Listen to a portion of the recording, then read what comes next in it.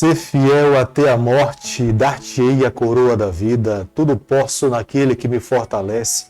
Os anjos do Senhor se acampam ao redor daqueles que o temem e os livra. Muito bom dia! Nessa manhã, queremos abrir o nosso coração, deixarmos à disposição para o nosso Deus as mudanças necessárias que precisam ser efetuadas na nossa vida. Nos colocamos à disposição, nos deitamos na mesa do Santo Criador, para que Ele opere em nós tudo aquilo que Ele deseja fazer na nossa vida.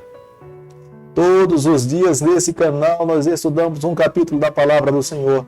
E nessa manhã eu vou convidar você a ter nas mãos a Palavra de Deus no livro de Marcos, capítulo 7, o versículo 1 e o versículo 2.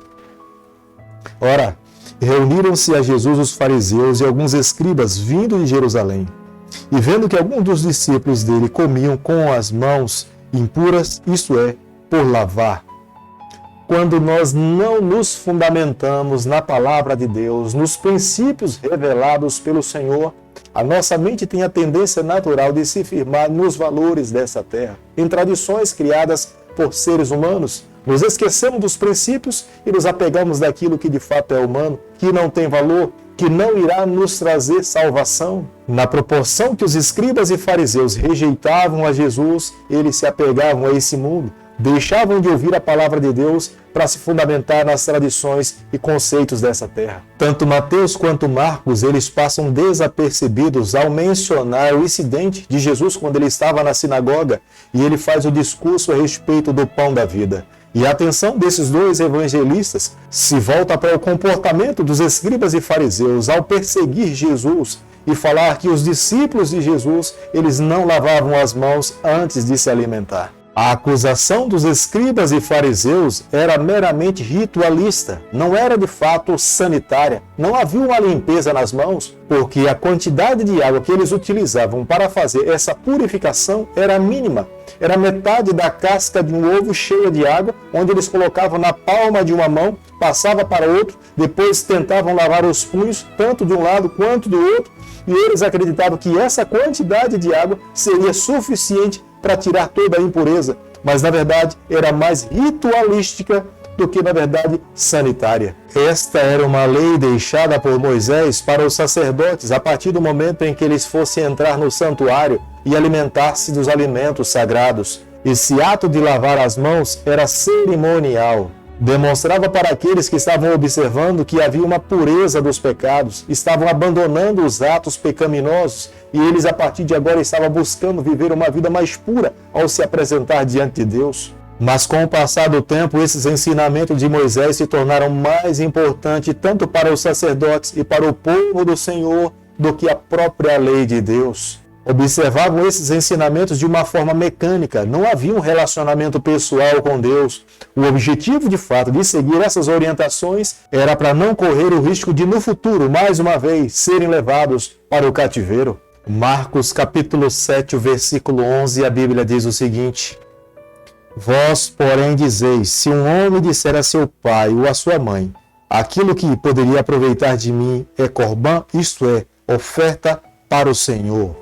Essa palavra corbã, o evangelista Marcos, ele tenta ensinar para nós, mostrar para nós quão longe os escribas e fariseus estavam do ideal de Deus. A lei de Moisés falava que os filhos tinham a responsabilidade de cuidar dos pais, mas muitos filhos, para fugirem da responsabilidade de cuidar dos seus pais, eles entregavam para o sacerdote todos os seus bens, deixavam nas mãos do sacerdote e depois então que os seus pais morressem, eles corriam em direção ao sacerdote e buscavam cobrar para si todo o depósito que ele tinha deixado nas mãos do sacerdote. A lei de Moisés falava claramente que essa ação ela era pecaminosa.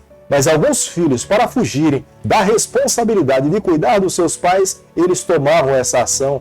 É por isso que o evangelista Marcos fala que Deus falava naquele momento que eles estavam negligenciando a lei de Deus e amando mais as tradições, e isso era aborrecível aos olhos do Senhor. Os escribas e fariseus, eles falavam em santidade, falavam em tanta pureza, mas eles estavam transgredindo a lei de Deus e abraçando as tradições daquela época. Aos olhos desses escribas, era muito mais fácil menosprezar as viúvas, os órfãos, as classes mais carentes daquela época, do que eles perderem os recursos que eles estavam guardando. E nesse momento Deus estava condenando essa prática entre o seu povo, porque se falavam tão obedientes às leis, mas no fundo eles estavam menosprezando em amar a Deus e amar ao seu próximo. Quando nós observamos o versículo 15 do capítulo que nós estamos estudando nessa manhã, nós podemos observar que o evangelista Marcos fala que Jesus disse que não importa o que entra na boca, mas o que sai dela é o que de fato pode matar um ser humano.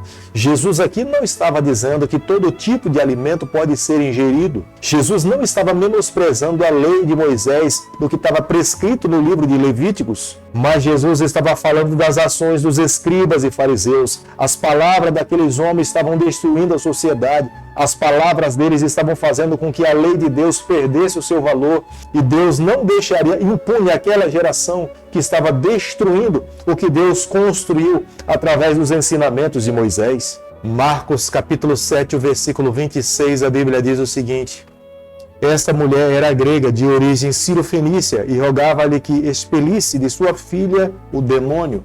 Jesus estava cansado. Era um dia em que ele tinha realizado muitos milagres. Ele tinha desenvolvido um diálogo cansativo com os escribas e fariseus, falando a respeito do limpar das mãos das impurezas. Mas Jesus buscava um lugar tranquilo para poder descansar e refletir. Mas no momento em que ele entra numa casa, uma mulher cirofenícia, de origem grega, ela vai na sua direção e fala que a sua filha estava endemoniada. E Jesus fala para ela que ele veio para a casa de Israel, mas ela mesmo se volta para o Senhor e pede para ele que as migalhas que caíssem da mesa dos filhos do Senhor, ela estava disposta a se alimentar dessa alimentação.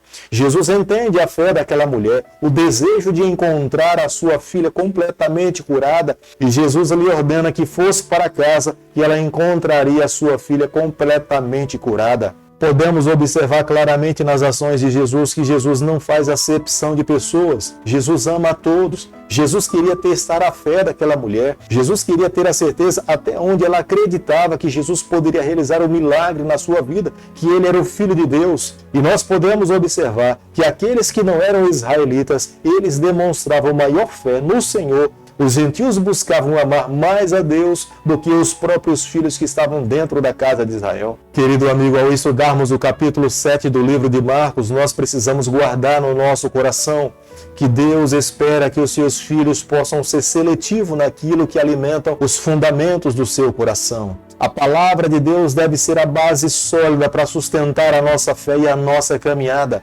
Quando nós nos fundamentamos nas tradições e nos conceitos humanos, a nossa fé é destruída, a nossa caminhada é afetada. Precisamos a cada dia nos alimentarmos da palavra do Senhor e deixarmos que ela conduza a nossa vida. As tradições têm o seu devido valor, elas são importantes para nós, mas elas nunca podem estar acima dos ensinamentos da palavra de Deus, dos valores que foram construídos pelo céu para a nossa vida enquanto nós estivermos aqui nessa terra. Mas a palavra de Deus é enfática em nos afirmar que passará o céu e a terra, mas a palavra do Senhor irá durar por toda a eternidade. Por isso que a cada dia temos que nos valer da palavra, nos alimentarmos da palavra e deixarmos que a mesma conduza a nossa vida.